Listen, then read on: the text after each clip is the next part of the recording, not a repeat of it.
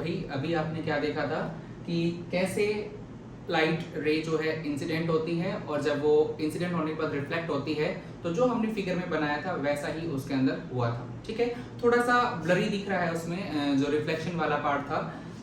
Actually क्या होगा उसके लिए मुझे ना थोड़े से पार्टिकल्स यानी कि थोड़ा धुआं वगैरह करना पड़ेगा यहाँ पे। अब मेरे पास, मैं इंस्टीट्यूट में हूँ तो यहाँ पे मेरे पास ऐसा कुछ सामान है नहीं, क्योंकि डस्ट पार्टिकल जैसे यहाँ से होता है, यहाँ पे ब्राइट लाइट निकल रही है, रिफ्लेक्शन होकर जा रही है, थोड़ा सा वहाँ पे क्या होगा उसकी इंटेंसिटी जो होती है लाइट की टकराने के बाद जब जा रही है यहाँ पे वो थोड़ी सी कम हो जा रही है ना। अगर वो पूरी निकलती तो सही हो जाता, बट उस चीज को हम कैसे देख सकते हैं, जितने डस्ट पार्टिकल अगर यहाँ पे मौजूद होंगे, जैसे टिंडल इफेक्ट के बारे में थोड़ा सा आपने सुना होगा, वो वहाँ पे काम कर जाता है। तो वहाँ पे मुझे वो चाहिए था सामान, वो नहीं था अभी, तो आप थोड़ा सा उसमें एडजस्ट करें कि कोशिश करें देखने की आपको दिखाई दे जाए। तो जैसे कि अभी तो आपने वीडियो देख ली होगी, बट रिवाइंड करके दोबारा देख लें अगर आपको दिखाई नहीं दिए तो। ठीक है, अगर फिर भी इशू आता है आप लोगों को कि बिल्कुल कुछ विजिबल नहीं हुआ है तो अगेन वही कहूंगा कि कमेंट कर देना। अगली बार फिर सारा धुआं का जो सामान है जो लेके आऊंगा अपना, और पूरे में करके अच्छे से पूरा कमरा धुआं से भर के फिर एक्सपेरिमेंट करके दिखाऊंगा, तो उसमें प्रॉपर विजिबल आपको लाइट हो जाएंगी। चलो फिर आगे बढ़ते हैं भाई। नेक्स्ट टॉपिक हमारे पास आता है स्फेरिकल मिरर्स। ठीक है, स्फेरिकल मिरर का मतलब क्या है, आपके जो कर्व वाले मिरर होंगे वो वाले घोड़े वाले मिरर। ठीक है, तो उसके बारे में पढ़ लेते हैं क्या है। स्फेरिकल मिरर्स कैसे हैं, जैसे कि हमारे पास भाई क्या है, ये एक स्फेयर है। ठीक है, इस स्फेयर को मैंने क्या कर लिया, मान लीजिए यहां से कट कर लिया और यहां से कट कर लिया, ये होलो है, खाली था ये। ठीक है, फ्लैश की बॉल आती है, जैसे तुम क्रिकेट वगैरह खेलते हो, उस फ्लैश वाली बॉल को कभी फाड़ के देखना अंदर से। ठीक है, दो ऐसे कटोरियां बन जाएंगी उसकी इक्वल सी, कई बार तो खेलते खेलते फट जाती है वो, जनरली फटी जाती है, बचती नहीं है वो, है ना। तो वहां से क्या होगा, उस वाली बॉल को आप सपोज कर लो वो एक बॉल है और ट्रांसपेरेंट है वैसी वो बॉल। तो इसको टू पार्ट्स हमने ले लिए, आप चाहो तो ये भी ले सकते हो, कोई दिक्कत नहीं है। मुझे तो थोड़ा सा एरिया चाहिए इसका, यानी कि ये कर्व चाहिए। कर्व मतलब क्या है, थोड़ा सा इस तरह से, ये जो चीज है ऐसे, ये क्या हो गया, कर्व हो गया, थोड़ा सा कर्व वाला एरिया चाहिए, इसलिए लिया। आपकी मर्जी, आप कितना भी कर्व इसमें ले सकते हो, जितना चाहो उतना कर सकते हो। तो हमें क्या करना है, इनका एक हिस्सा निकाल लेना, ग्लास का निकाला। अब मान लीजिए मैंने ग्लास का ये वाला हिस्सा निकाल लिया इतना। ठीक है, इसके मैंने क्या कर दिया, इस साइड क्या कर दिया, इस चीज को पॉलिश कर दिया। क्या कर दिया, इसको इस साइड से पॉलिश कर दिया। तो बताइए रिफ्लेक्शन किस साइड होगा, आपको होगी जी इस साइड क्या होगा, इस बारी रिफ्लेक्शन होगा। साइड से आपको विजिबल नहीं होगी, मैं दोबारा से मार्कर चेंज करता हूं। यहां से मैंने क्या किया है, ये चीज ली है, ये कि ये हिस्सा उठा के यहाँ रख लिया है, और इसको मैंने क्या कर दिया, इस साइड से पॉलिश कर दिया। तो रिफ्लेक्शन किस साइड होगा, आपको पता है रिफ्लेक्शन इस साइड हो जाएगा, यानी कि ये वाली जो साइड है ये क्या करेगी, रिफ्लेक्शन करेगी। ये वाली साइड रिफ्लेक्शन नहीं करेगी। क्यों नहीं करेगी, पिछली साइड तो भी पॉलिश है, वहां थोड़ा मुंह दिखाई देता है आपका, आगे की साइड तो दिखाई देता है ना। तो ये रिफ्लेक्शन इस बार कहां हो रहा होगा, आपका इस साइड होगा। समझ में आ गई मेरी बात, क्लियर है। चलो तो पता नहीं विजिबल था या नहीं था, चलो मे बी हो गया होगा विजिबल, अगर नहीं हुआ तो मैं फिर से यहाँ पे बना देता हूँ एक बारी। ये हो गया, ये हमारे पास हमने क्या किया है, ये वाला हिस्सा हटाया है, आई मीन टू से इसका लिया है, और इसके बैक साइड से यानी कि इस साइड से हमने पॉलिश कर दिया। तो ये जो साइड है इसकी, यानी कि इस साइड अब हमारा चेहरा दिखाई देगा, इस समय इस साइड से दिखाई देगा। ये तो हमारा पॉलिश वाला हिस्सा हो गया ना, क्लियर है। तो हमारा अभी रिफ्लेक्शन इस साइड हो जाएगा, सिंपल है, कुछ दिक्कत नहीं है। तो ये वाला जो मिरर है किस तरह से हो गया, गोल गोल सा हो गया ना, इसका एक कर्व आ गया इसके अंदर। ये कर्व वाले जो मिरर है क्या कहलाएगा, आपका स्फेरिकल मिरर कहलाता है। ठीक है, अब दूसरा हिस्सा हमारे पास क्या है, दूसरा हिस्सा हमारे पास ये वाला है। मान लीजिए हमने ये वाला हिस्सा ले लिया, इस वाले हिस्से को हमने यहाँ रख दिया है, और इस बार पॉलिश हमने क्या कर दी, इस साइड पॉलिश कर दी है, इस साइड क्या कर दिया हमने, पॉलिश कर दी है। इस पर रिफ्लेक्शन कैसा होगा, अगेन इस साइड होगा, इस साइड तो नहीं होगा। अब ये इस साइड उस साइड से क्या मतलब है, मेरा कहने का मतलब है, एक बार ये जो हिस्सा ऐसे बाहर निकला हुआ है, ये जैसे किसी का पेट निकल जाता है, मेरे तो अभी स्क्रीन ऊंची तो दिखाई नहीं देगी, मेरा बहुत बड़ा पेट है, ऐसे बहुत बड़ा पेट है मेरा, है ना। तो उस पेट वाला जो फ्रंट वाला हिस्सा अगर रिफ्लेक्शन करता है तो वो वाली जो टाइप ऑफ मिरर होगा क्या कहलाएगा आपका, तो उसको हम बोलेंगे कॉन्वेक्स। क्या बोल देंगे उसको, कॉन्वेक्स बोल देंगे। बट जैसे कि मैंने क्या बोला, अगर मेरा इतना बड़ा पेट है तो पीछे क्या होगा, आपने देखा जनरली जो मोटे मोटे लोग होते हैं उनका आगे पेट निकला हुआ होता है और पीछे क्या होता है, कहीं पे गड्ढा सा होता है ना, यानी कि कमर अंदर धसी होती है, वो लोग टेढ़े से हो जाते हैं कुछ अलग से, है ना। तो उस वाले हिस्से में अगर वो बैक साइड क्या करती है, रिफ्लेक्शन करती है, तो वो हमारे पास कौन सा हो जाएगा भाई, आपका कॉनकेव मिरर कहलाएगा।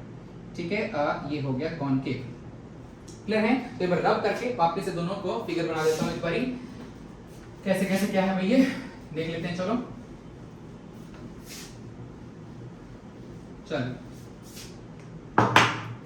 क्या कहा मैंने, यहां पे मैंने ये लिया इस तरह से, ठीक है। अब यहाँ पे रिफ्लेक्शन वाला एरिया कैसा है आपका, ये ऐसे मोटे वाला एरिया है ना। अगर ये रिफ्लेक्शन करता है तो हमारे पास क्या हो गया, ये टाइप ऑफ मिरर कौन सा हो जाएगा, कॉन्वेक्स। ठीक है। अगर हमारे पास क्या है, इसको हमने ऐसे ले लिया, इस बार पॉलिश मतलब क्या किया, इसकी उल्टी साइड कर दी है, ये आपकी केव सी बन गई है भाई। ठीक है, केव के मतलब घाटी सी होती है, ठीक है, गुफा। तो ये हमारे पास क्या हो गया, इस तरह से ये बन गई, यानी कि इस साइड इस बार अपोजिट पॉलिश कर दी, ये गड्ढा सा हो गया, गड्ढे में से जब रिफ्लेक्शन होगा उस वाले टाइप ऑफ मिरर को हम लोग क्या बोलते हैं, कॉनकेव बोलते हैं। ठीक है, आगे बात समझ में सिंपल है। कॉन्वेक्स क्या होता है, कॉनकेव क्या होता है, समझ में आ गया होगा। अब इसके अंदर हमने जो इमेज के बारे में पढ़ा है, यानी कि प्लेन मिरर के अंदर कैसे कैसे इमेज फॉर्म होती है, क्या क्या होता है, वो सब पढ़ा है ना। सेम चीजें अब हमको इसमें पढ़नी है।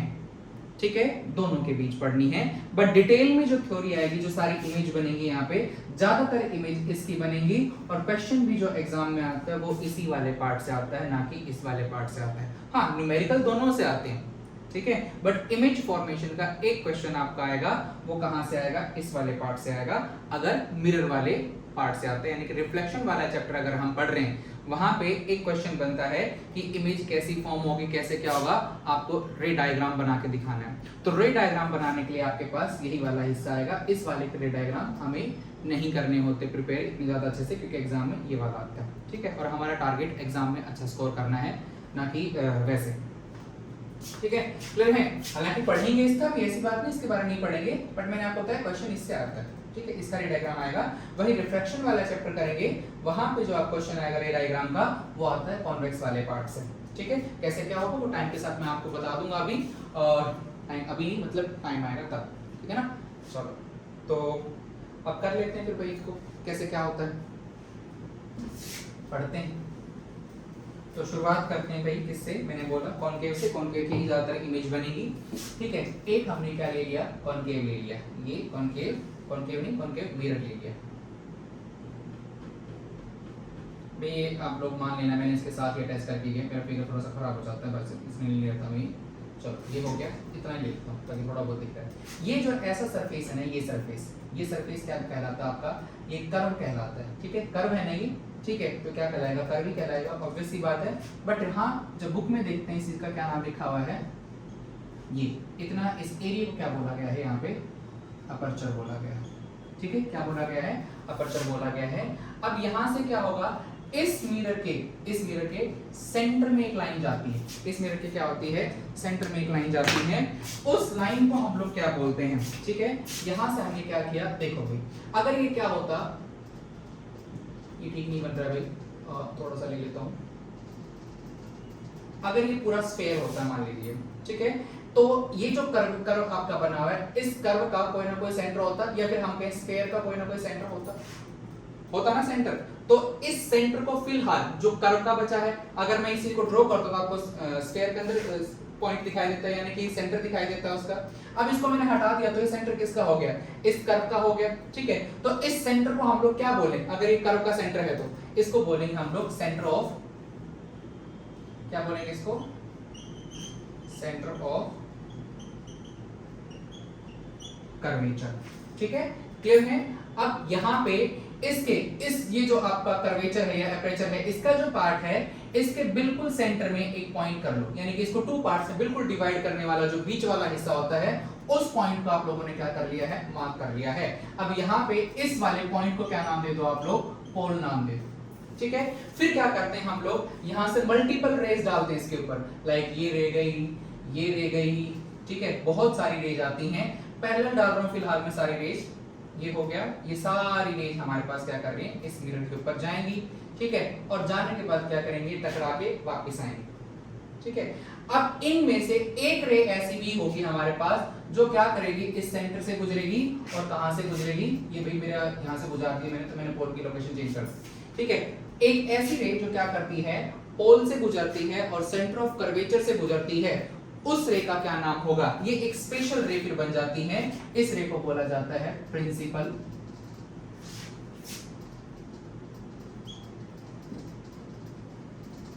एक्सिस। ये प्रिंसिपल है भाई, ये वाला पल नहीं है।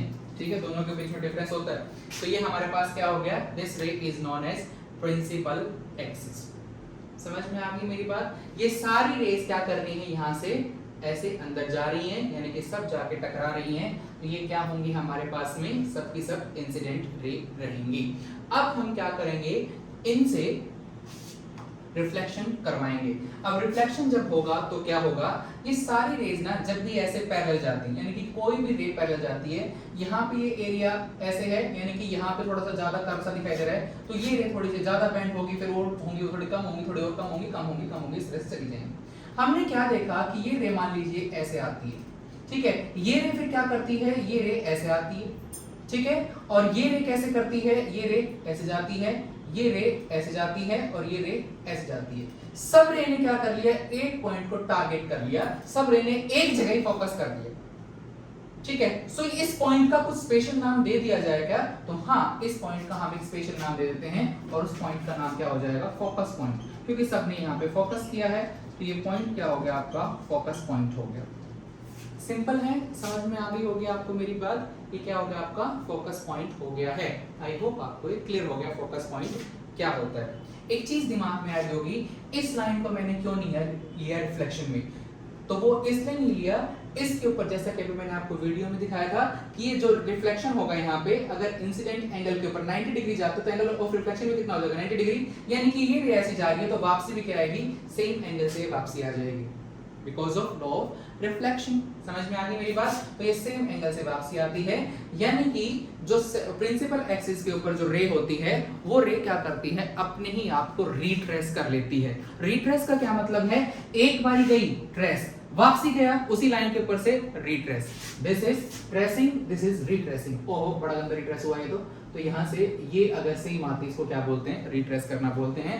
तो जो प्रिंसिपल एक्सिस वाली जो सेंटर ऑफ कर्वेचर से लाइन गुजरती है ऑन द प्रिंसिपल एक्सिस, ये क्या करती है, अपनी पाथ को रिट्रेस करती है। समझ में आ गया होगा? अभी तक मैंने क्या बताया है, सेंटर ऑफ कर्वेचर क्या होता है, फोकस पॉइंट क्या होता है, एपरेचर क्या होता है, पोल क्या होता है, प्रिंसिपल एक्सिस क्या होता है। क्लियर हो गया हमारे पास, ये सारी चीज क्लियर हो गई ना? ठीक है, चलो अगर क्लियर होगी तो अब हमें क्या करनी है, एक दो चीजें और इसके बारे में पढ़नी।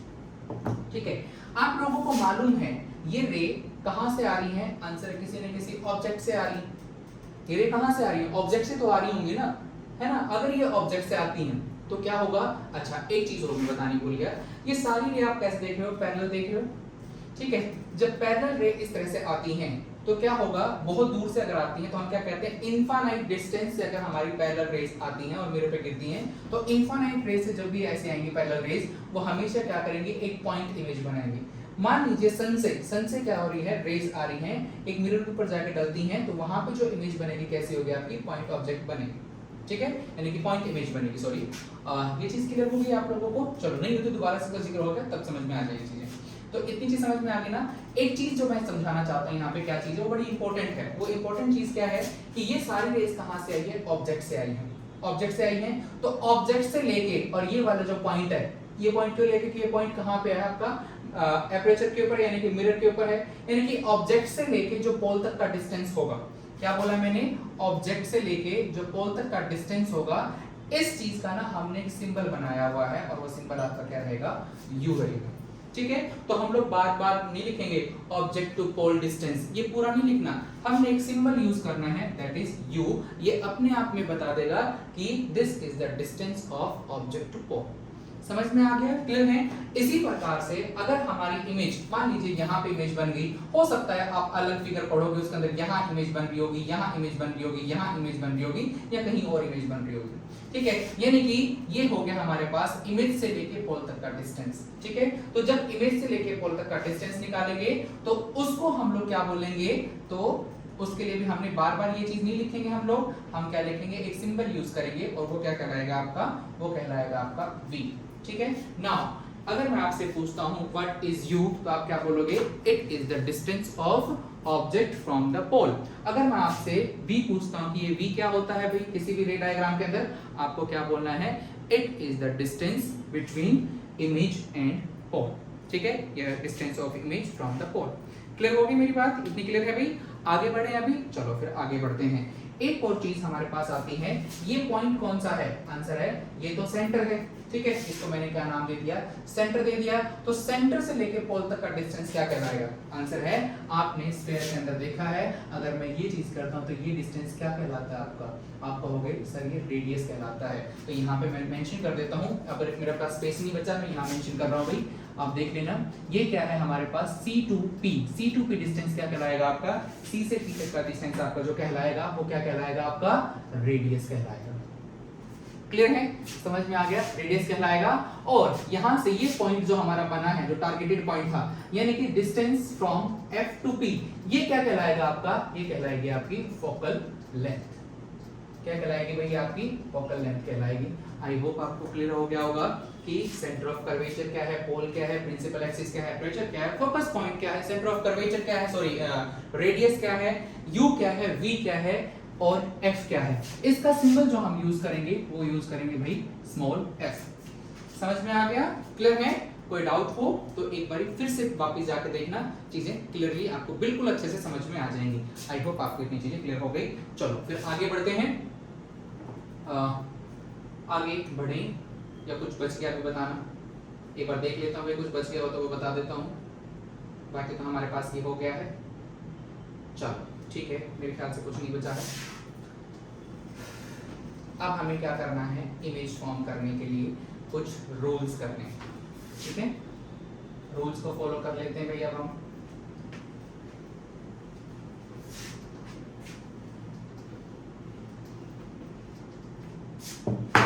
तो इमेज फॉर्म करने के लिए जो रूल्स हैं इनको हम लोग अगली क्लास में पढ़ेंगे। आज मैं इतना ही करवाऊंगा क्योंकि काफ़ी देर हो गई, वीडियो बहुत ज़्यादा लंबी हो गई है।